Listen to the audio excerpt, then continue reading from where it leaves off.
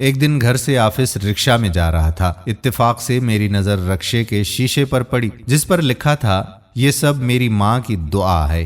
دیکھتے ہی مجھے ہنسی آ گئی اور پوچھا رکشا چلانے کو اپنے ماں کی دعا کہہ رہے ہو؟ رکشے والے نے مسکراتے ہوئے جواب دیا کہ جناب میرے والد صاحب کا انتقال ہو گیا تو سگے تایا نے مکان جائیداد ساری چیزوں پر قبضہ کر کے ہماری والدہ اور ہم 6 بہن بھائیوں کو گھر سے ہی نکال دیا۔ ماں ہمیں اپنے بھائی کے پاس یہاں اس شہر میں لے کر آ گئی۔ چند دن بعد بیگم کے کہنے پر ماموں نے بھی معذرت کر لی تو ساتھ والے محلے میں بیٹھک کرائے پر لے کر والدہ نے لوگوں کے گھروں میں کام کرنا شروع کر دیا۔ رات گئے تک سلائی مشین پر محلے والوں کے کپڑے سینا شروع کر دیے۔ تعلیم کا تو سوچ بھی نہیں سکتے تھے، اسی لیے چھوٹی سی عمر میں ہی سبزی منڈی جانا شروع کر دیا۔ سبزی اور پھولوں کی لوڈنگ ان لوڈنگ کرواتے اور ٹوکری پر پھل فروٹ بیچتے نوجوان ہوئے ہیں۔ پھر کنڈکٹری شروع کر دی۔ اس فیلڈ میں بھی استادوں اور ڈرائیوروں کی مار کھاتے کھاتے جوان ہوئے، اور پھر کسی کا رکشہ چلانا شروع کیا۔ پیسے اکٹھے کیے، کمیٹی ڈالی، پھر قسطوں پر اپنا رکشہ لیا۔ اس کی قسطیں ختم ہوئیں تو 2 رکشے قسطوں پر لیے اور بھائیوں کو بھی سبزی منڈی سے ہٹا کر ساتھ لگا لیا۔ تینوں بھائی مل کر کماتے رہتے ہیں۔ والدہ سے سلائی مشین چھڑوائی ہے۔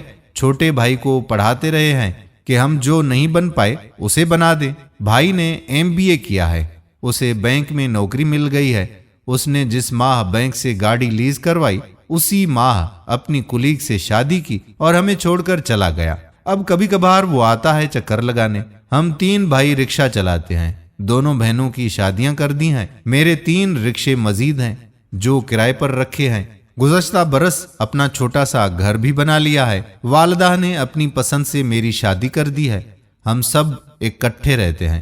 اب ہم تینوں بھائیوں نے ایک پلاٹ تاڑ رکھا ہے، اسے خرید کر اس پر ایک اور گھر بنا کر اگلے 2 سال تک دوسرے بھائی کی شادی کرنے کا سوچ رکھا ہے۔ چونکہ والدہ ساتھ رہتی ہیں اور ان کی دعائیں ساتھ ہیں تو امید ہے کہ اگلے 2 سال میں چھوٹے بھائی کا گھر اور اس کی شادی دونوں ہو جائیں گی۔ یہ سب ماں کی دعا نہ سمجھوں تو پھر کیا سمجھوں؟ باقی کا سفر خاموشی میں کٹا اور میں سوچتا رہا کہ مجھے اپنی والدہ کی دعا کے باعث جتنا زیادہ اللہ پاک نے بنا محنت کے دیا ہے اس سے کہیں کم کسی کو انتھک محنت کے بعد حاصل ہوا ہے۔ اپنے ناشکرے پن پر 1000 بار توبہ استغفار کی۔ آپ سے بھی ہم گزارش کرتے ہیں کہ کسی کی حیثیت کا مذاق مت اڑائیں، کیا پتا اس نے اس مقام تک پہنچنے کے لیے بھی اپنی ہڈیاں گلا دی ہوں۔ دوستو، امید کرتے ہیں کہ ہماری آج کی ویڈیو بھی آپ کو پسند